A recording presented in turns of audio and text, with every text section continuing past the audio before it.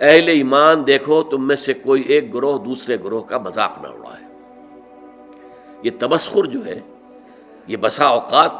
دلوں کے اندر جو ہے وہ دراڑ ڈال دیتا ہے۔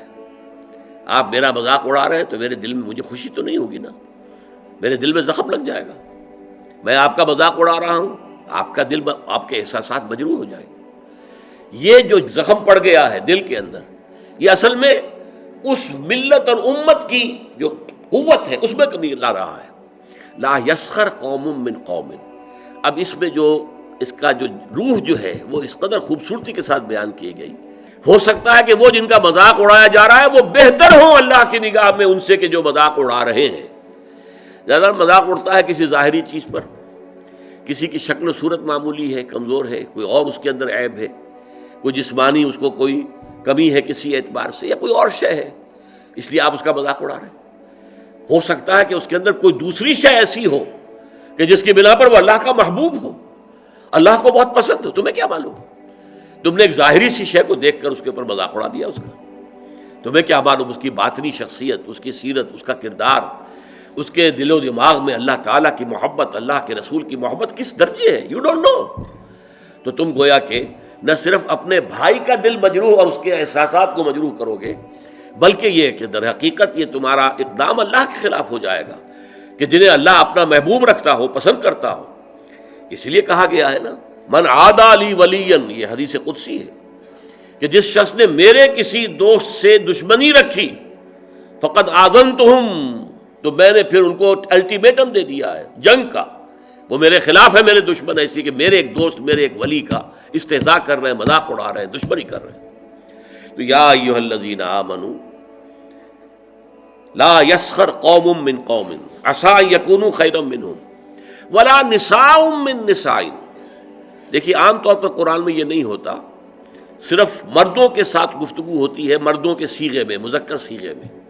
اسی میں تابع ہو کر خواتین بھی ہیں۔ نماز قائم کرو، اقیم الصلاح، صیغہ جو ہے مذکر ہے، لیکن ظاہر بات ہے کہ اس میں جو بھی خواتین ہیں مسلمان وہ بھی شامل ہیں۔ اس کو ہم کہتے ہیں برسبیل تغلیب، کہ جو معاشرے میں غالب عنصر ہے اس سے خطاب کر لیا گیا، تو جو اس کے تابع ہے وہ خود بخود اس کے اندر شامل سمجھا گیا۔ لیکن یہ معاملہ ایسا کہ اس میں دوہرا کر بات کی جا رہی ہے، ولا نساء من نساء، اور نہ ہی کوئی عورتیں جو ہے دوسری عورتوں سے مذاق اڑائیں، عسى ان یکن خیرا منہن،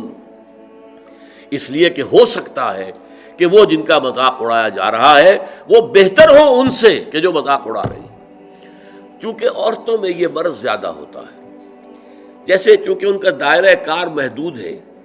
تو ذہن کا بھی دائرہ اتنا ہی محدود ہوتا ہے۔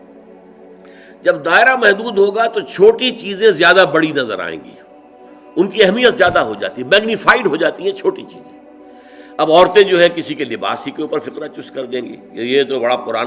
پرانا فیشن تھا، یہ پتہ نہیں دقیانوسی کہاں سے آ گئی ہے، اس طرح کے کپڑے پہن کر، یہ تو فیشن ہی اب ختم ہو چکا ہے، یا اور کچھ ہے کسی اور طریقے سے، کسی کے زیورات کے اوپر، کسی کے اور انداز پر وہ فقرے چست کر دینا، مذاق اڑانا، یہ خاص طور پر عورتوں میں، چونکہ جیسا کہ میں نے عرض کیا، ایک ہے دائرہ کار مردوں کا، وہ باہر کی دنیا کا، وسیع تر دنیا میں جا کر ان کے معاملات ہیں، میل جول ہے، گفتگو ہے، کاروبار ہے، بھاگ ہے، دوڑ ہے، سب کچھ ہے۔ خواتین کا دائرہ چونکہ اپنے گھر کے چار دیواری کے اندر عام طور پر محدود ہے،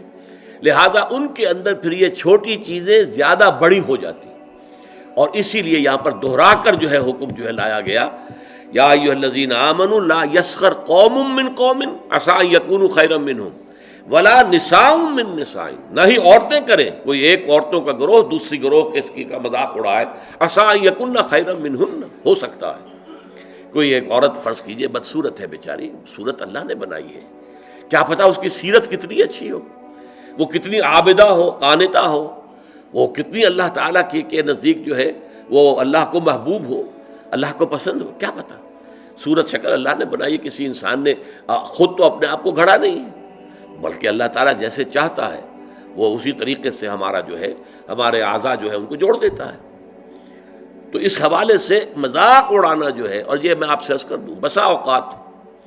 دوستوں کے اندر ایک چیز مذاق عام ہو جاتی ہے اور برداشت بھی کرتے ہیں، وہ ٹھیک ہے مذاق ہے کوئی بات نہیں، لائٹ موڈ میں کہا ہے، کبھی ایسا ہوتا ہے نفسیاتی طور پر کہ اس آدمی کا موڈ کہیں آف ہے اور وہی مذاق آپ نے اس وقت کر دیا، وہ بالکل تیر کی طرح جا کر لگے گا. تو آپ کو نہیں معلوم کہ اس وقت اس کی نفسیاتی کیفیت کیا ہے. اس کی طبیعت بہت ریسیپٹیو ہوئی ہوئی ہے، حساس ہوئی ہوئی ہے. اس میں تم نے وہ مذاق اگر دوبارہ کر دیا اس سے اور استہزاء کیا، وہ جا کر تیر لگے گا اس کے کلیجے کے اندر یا دل کے اندر. اور ظاہر بات ہے وہ زخم جو ہوگا پھر وہ، اسی لیے عربی میں کہاوت ہے، تلوار کا زخم مندمل ہو جاتا ہے، زبان کا زخم مندمل نہیں ہو سکتا. زبان کی کاٹ دل پر ہوتی ہے، تلوار کا زخم کندھے پر لگا ہے، کندھا جو ہے اللہ کرے گا تو شفا ہو جائے گی، زخم بھر جائے گا. تو تلوار کے زخم جو ہے وہ بھر جاتے ہیں، لیکن زبان کا زخم یہ نہیں بھرتا، یہ دل کے اندر ہوتا ہے. لہذا اس رکھنے کے لیے سد باب، یا ایھا الذین آمنوا لا یسخر قوم من قوم عسى ان یکونوا خیرا منہم ولا نساء من نساء عسى ان یکن خیرا منہن.